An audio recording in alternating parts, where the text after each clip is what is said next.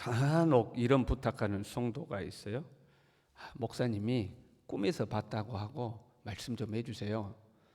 목사님이 기도하다가 알았다고 하고 말씀 좀 해주세요. 이제 이런 부탁을 하는 성도가 있죠. 이렇게라도 해서 누군가를 설득하고 싶을 때 목사님이 꿈에서 봤다고 이야기해 주세요. 이렇게 하는 거죠. 우리가 남을 권면하고 설득할 때는요, 그 내용이 사실이어야 되죠. 거짓으로 남을 설득할 수는 없습니다. 아무리 내가 거짓말을 해서 좋은 결과가 주어졌다 할지라도 결국에 가서는 문제가 됩니다. 왜냐하면 내가 거짓말을 했어요. 상대방을 속아서 했는데 그게 이제 좋은 결과가 주어졌어요. 야, 네가 내 말 안 들을 것 같아서 내가 거짓말했어. 나중에 그걸 알게 되잖아요. 그 다음에는 내가 무슨 말을 해도 안 믿죠. 또 거짓말하는 거 아니야? 나를 또 속이는 거 아니야? 신뢰관계가 깨져버리는 거죠. 사실이어야 돼요. 같은 사실이어도 누가 말하느냐에 따라서 이제 달라질 때가 있습니다. 맨날 거짓말하던 사람이 어느 날 사실을 이야기해요. 그럼 사람들이 그 사실도 안 믿죠. 저 또 거짓말한다 이렇게 하는 거죠. 맨날 진실만을 이야기해요. 이 사람이 말하는 건 무조건 진실이에요. 그럼 그 사람이 어떤 사실을 이야기하면 사람들이 틀림없어. 저 사람이 저렇게 말하면 틀림없어 이렇게 믿는 거죠. 똑같은 내용일지라도 말하는 사람에게서 권위가 나오는 겁니다. 같은 말일지라도 누가 말하느냐 그 사람에게서 이제 권위가 나오는 거죠. 근데 내가 권위가 없어요. 소위 말하는 말빨이 안 서요. 그런데 내 말에 권위를 부여하고 싶어요. 그때 우리는 신비한 경험을 근거로 권위를 세우려는 유혹을 받게 되는 겁니다. 내가 기도하다가 음성을 들었어.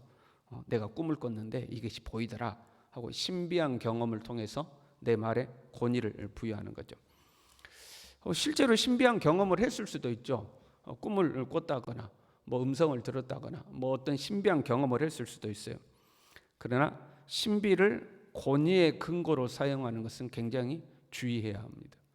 왜냐하면 신비 체험이라는 것은 지극히 개인적인 것이죠.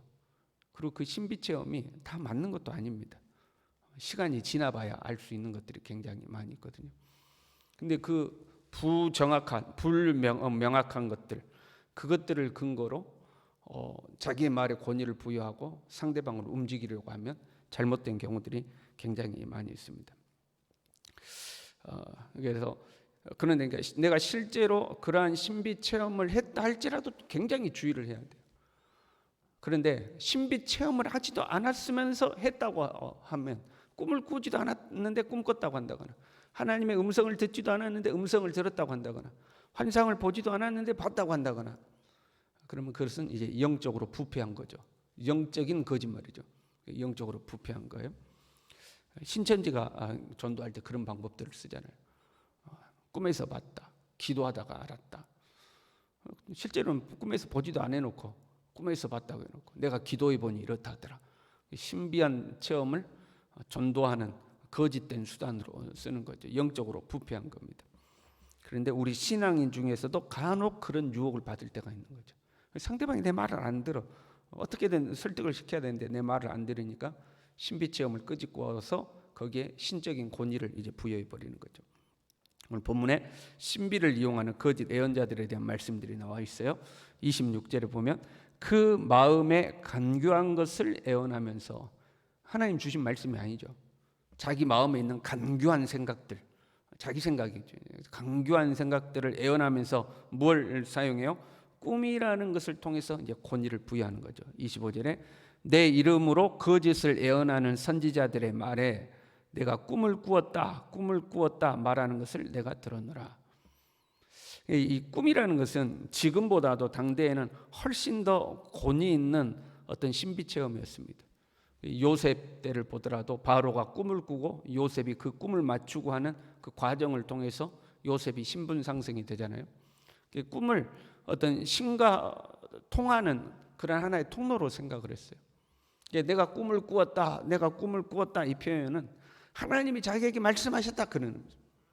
실상은 뭔데? 자기 마음에 간교한 것을 말하면서 하나님이 나에게 말씀하셨다. 뭘 통해서? 꿈을 통해서 나에게 말씀하셨다 하고 하나님의 신적 권위를 자기의 생각에 이제 부여하는 거죠. 왜 이렇게 했을까?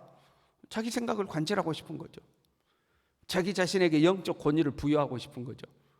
자기가 꿈을 꿨는지 안 꿨는지 아무도 모르잖아요. 근데 나는 꿈을 꿨다. 하나님 나에게 꿈을 주셨다. 하고 이야기를 하는 거죠. 거짓말을 통해서 자기의 어떤 영적 권위를 세우려고 하는 거죠. 여기에 대해서 30절에 이렇게 말씀합니다. 보라, 서로 내 말을 도둑질하는 선지자들을 내가 치리라. 하나님께서 꿈을 꾸지도 않았는데 꿈을 꿨다고 말하는 선지자들에게 내 말을 도둑질하였다 하고 표현하죠. 거짓말했다. 저들이 거짓말했다가 아니고 내 말을 도둑질했다는 거예요.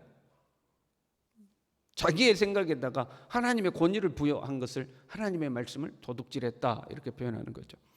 여러분, 우리가 조심해야 되죠. 하나님의 뜻을 잘못 전달하는 것은 하나님의 말을 도둑질하는 거예요. 11조만 하나님 거 훔치는 게 아니라 하나님이 하지도 않았는데 하나님이 하셨다고 말하면 그 하나님 말씀을 도둑질하는 거다 이렇게 되는 거죠. 간혹 우리도 하나님의 말씀을 도둑질할 때가 있어요, 여러분.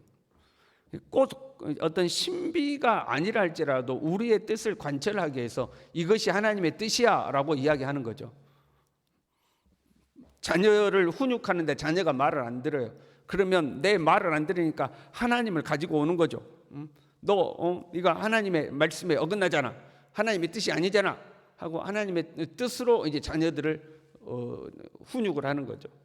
근데 실상은 정말로 내 자녀를 하나님의 뜻대로 세우고자 하는 것이 아닐 때가 있어요. 내 자녀를 하나님의 말씀대로 세우고 싶어서 이것이 하나님의 뜻이야 라고 말할 때도 있지만 내 말을 안 들으니까 어떻게든 내 말을 듣게 하려고 하나님의 뜻이라는 것을 가지고 와서 너 이러면 너 하나님한테 혼난다, 하나님한테 혼난다, 이제 이렇게 내 뜻을 관철하고 싶은 거죠.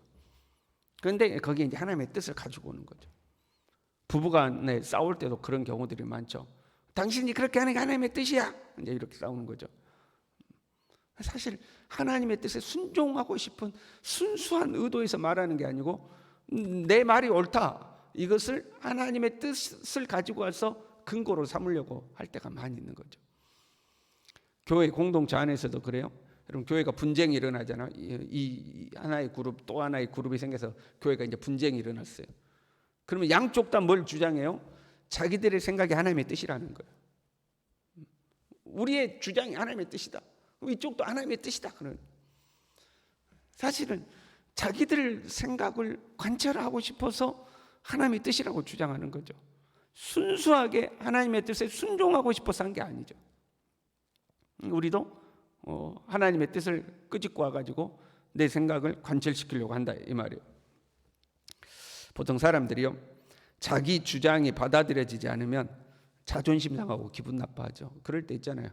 내 말이 옳은데 상대방이 안 받아들여요. 그럼 기분 나쁘죠. 자존심 상할 때도 있죠. 공동체 안에서 속이 상할 때도 있죠. 속은 상하지만 어쩔 수 없다 멈춰오는 사람들이 있어요. 그럼 그것도 훌륭한 겁니다. 제일 훌륭한 것은 안 받아들여줘도 자존심 상하지도 않고 속상하지도 않고 주님의 뜻이 이루어질 것이다 이렇게 기도하면 제일 훌륭한 거고요. 속은 상해, 성질나, 자존심 상해. 그런데 어쩌겠어, 어쩔 수 없다 하고 멈추면 그나마 훌륭한 사람이에요. 근데 대부분의 사람들은 속상하고 자존심 상하면 어떻게 해서든지 자기 생각을 관철시키려고 그러죠. 거기에서 이제 다툼이 생기는 거거든요. 어떻게든 자기 주장을 관철시키려고. 그 방법 중에 하나가 사람들의 마음을 움직이려고 하는 거죠. 가령 이런 거 있어요. 여러분이 저한테 목사님 이렇게 하면 좋을 것 같아요. 그런데 집사님 그거 아닙니다 하고 제가 거절을 했어요. 그러면 목사님 내 말도 안 들어주고 속상해. 그걸 끝나면 다행이죠. 그런데 관철시키고 싶어서 누구한테 찾아가요? 내 말 들어줄 것 같은 장로님을 찾아가는 거예요. 장로님 이렇게 하는 게 좋지 않겠어요? 그리고 목사님한테 말했다는 이야기는 안 해. 목사님이 안 한다고 그러대요. 그럼 장로님이 목사님이 안 한다고 그랬으면 안 하는 거죠. 이제 이렇게 될까봐 장로님한테는 목사님한테 자기가 이야기했단 말 안 하고 장로님 이렇게 해야죠. 그러면 장로님 집사님 좋네요. 제가 이야기할게요. 이렇게 되죠. 그러면 이제 누구하고 싸움 붙이는 거예요? 목사님하고 장로님하고 싸움을 붙이는 거죠. 그럼 장로님 목사님한테 이야기하면 그거 아니라고 그러면 이제 훌륭한 장로님 같으면 목사님 생각이 그러시면 그러겠습니다. 딱 접죠. 그런데 훌륭하지 않는 장로님은 자기가 김 집사에게 약속해 놓은 것이 있으니까 내 체면이 뭐가 되냐고, 내가 한다고 약속해 놨는데 하고 이제 자기 주장을 또 고집하죠. 거의 그래서 갈등이 생깁니다. 우리 교회는 그런 식으로 들어오면 좋은 것도 절대 허락을 하지 않습니다. 질서를 어기고 다른 루트를 통해서 자꾸 자기 주장을 관철시키려고 하면 아무리 좋은 것도 안 받아들여요. 제 고집이 좀 있습니다. 저 봐라, 자기 주장을 관철시키려고 사람을 움직이네. 그러면 안 합니다. 질서를 어겼기 때문에. 근데 그렇게 사람을 움직이는 사람이 있는가 하면 자기의 뜻을 끝까지 관철시키려고 하나님의 뜻을 갖다 붙이는 이제 사람들인 거죠. 이것이 하나님의 뜻 아닙니까? 왜 하나님의 뜻인데 안 합니까? 이렇게 하는 거죠. 하나님이 자기에게 말씀하지도 않았어요. 하나님이 자기에게 뭐 응답을 주셨다거나 뭐 꿈을 주셨다거나 말씀하셨다거나 그런 것도 아니에요. 그런데 이것이 하나님의 뜻이다라고 자꾸 자기 주장을 하나님의 뜻이라고 고집하는 것은 하나님의 이름을 망령되게 일컫는 것이고 하나님의 말씀을 도둑질하는 거죠. 이것을 우리가 주의해야 됩니다. 꿈을 꾼 선지자는 꿈을 말할 것이요 내 말을 받은 자는 성실함으로 내 말을 말할 것이라. 혹시 진짜 꿈이라도 꿨느냐? 그럼 그냥 꿈이라고 말해라. 하나님의 뜻이라고 하지 말고. 니도 꿈꾸고 나도 꿈꾸고 꿈을 꾸는 건데 하나님 주신 꿈이라고 말하지 말라는 거예요. 그게 개꿈인지 아닌지 어떻게 아느냐 이 말이죠. 꿈은 꿈이라고 말하고 하나님께 말씀을 받은 자만 성실함으로 말을 하는 거예요. 네가 진짜로 하나님께 말씀을 받았으면 이것이 하나님의 뜻이다라고 말하는 거지. 꿈도 꾸지 않았는데 꿈이라고 말한다거나 이상한 개꿈 꿨는데 거기다가 의미를 부여해가지고 하나님이 주신 꿈이다 그런다거나 그러지 말라는 거죠. 겨가 어찌 알곡과 같겠느냐. 꿈은 겨와 같은 것이고 말씀이 알곡이다는 거죠. 꿈 이런 건 그냥 겨와 같은 거다. 바람 불면 날아가 버릴 것이다. 중요한 것은 하나님의 말씀이다 하는 거죠. 이 하나님의 말씀은 그냥 받는 것이 아니에요. 우리가 읽지는 않았지만 18절에 이렇게 돼 있죠. 누가 여호와의 회의에 참여하여 그 말을 알아들었으며 누가 귀를 기울여 그 말을 들었느냐. 너 하나님의 회의에 참여해서 하나님 말씀하시는 거 들었어? 그 말이에요. 하나님이 진짜 말씀하시는 거 들었냐 이 말이죠. 22절에도 보면요. 그들이 만일 나의 회의에 참여하였더라면 내 백성에게 내 말을 들려서 하나님의 회의에 참여했냔 말이죠.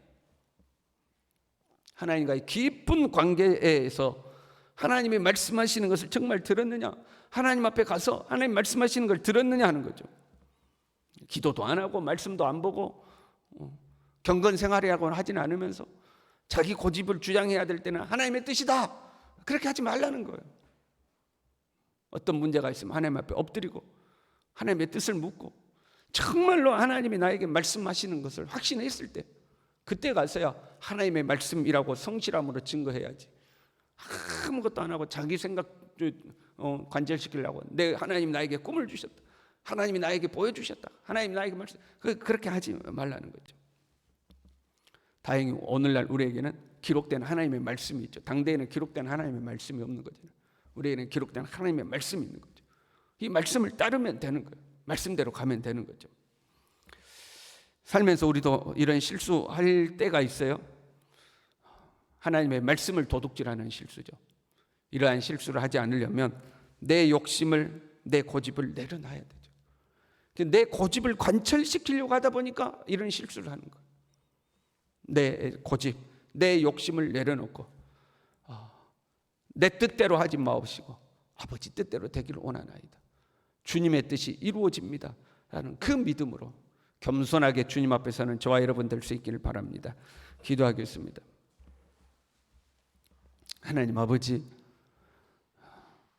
하나님의 이름을 망령되이 일컫는다거나 하나님의 말씀을 도둑질한다거나 내 생각을 이야기하면서 하나님의 뜻이라고 말한다거나 주님 우리로 하여금 이런 실수를 범하지 않도록 우리를 붙들어 주시고 겸손하게 주님 앞에 엎드려서 주님의 뜻이 이루어지기를 기도하고 주님의 음성에 겸손히 귀를 기울이는 하나님의 사람들이 될 수 있도록 우리 모두를 붙들어 주시옵소서. 예수님의 이름으로 기도 올리옵나이다. 아멘.